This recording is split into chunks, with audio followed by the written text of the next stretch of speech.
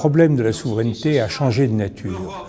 Jusqu'à présent, un certain nombre de gens se posaient la question de savoir où devait résider la souveraineté.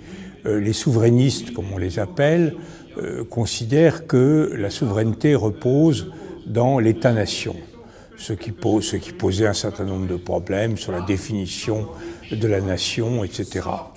Un certain nombre de fédéralistes européens, un peu extrémistes si je puis dire, considéraient qu'il fallait déplacer la souveraineté et la faire résider dans un corps politique différent qui est le corps politique européen. Alors, à charge de définir ce qu'est ce corps politique, comment se définit-il, où sont ses frontières.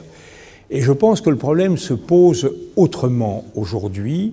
Je pense que ce qui caractérise la situation géopolitique dans laquelle nous sommes, c'est une sorte d'éclatement de ce que j'appellerais le niveau de compétence pertinent.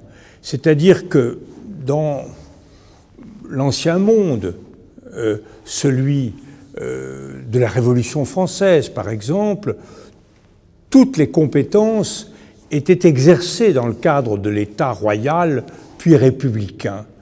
Et en fait, ce qui intéressait les gens, en termes de puissance publique, c'était ce qui se passait à l'intérieur de ces frontières. Les seules querelles internationales, c'était des querelles sur le bornage des frontières. Est-ce qu'on avait l'Alsace ou la Belgique, où ça s'étendait?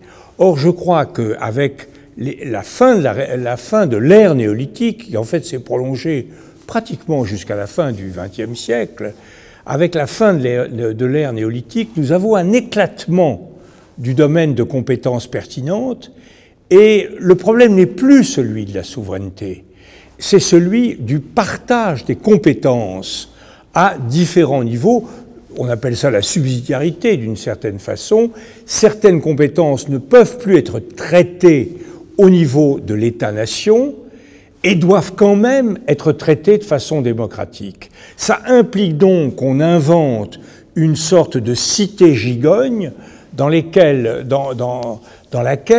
les niveaux, les compétences sont exercées à des niveaux différents, le niveau national restant très très largement prépondérant. C'est là que se définit une grande quantité, une grande quantité de compétences qui intéressent la vie des citoyens, mais de grands enjeux stratégiques comme l'enjeu démographique, l'enjeu migratoire, l'enjeu climatique, l'enjeu financier, l'enjeu de terroristes, l'enjeu de sécurité ne se définit plus seulement au niveau national et se définit à un niveau plus élevé.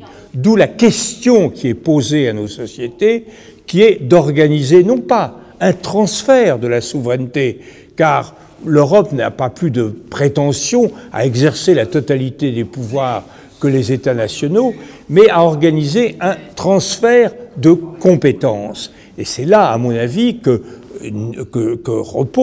gît le problème européen. Comment combiner une association d'États souverains avec cette modulation des compétences, cette répartition des compétences entre différents niveaux.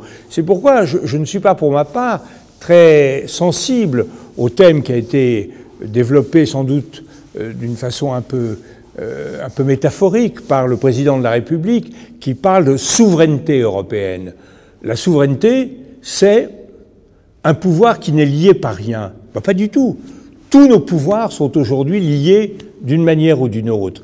La souveraineté théorique, elle reste celle des États nationaux. Nous ne sommes pas dans un système à la Abraham Lincoln où l'État fédéral serait supérieur aux États nationaux, mais nous sommes dans une espèce de déclinaison nouvelle des pouvoirs, et là je trouve que les traités européens ne sont pas très adaptés à une gestion pertinente de cette répartition nouvelle des souverainetés entre le niveau national, qui selon moi reste un niveau absolument essentiel, et le niveau européen, qui sur bien des points est un niveau stratégique.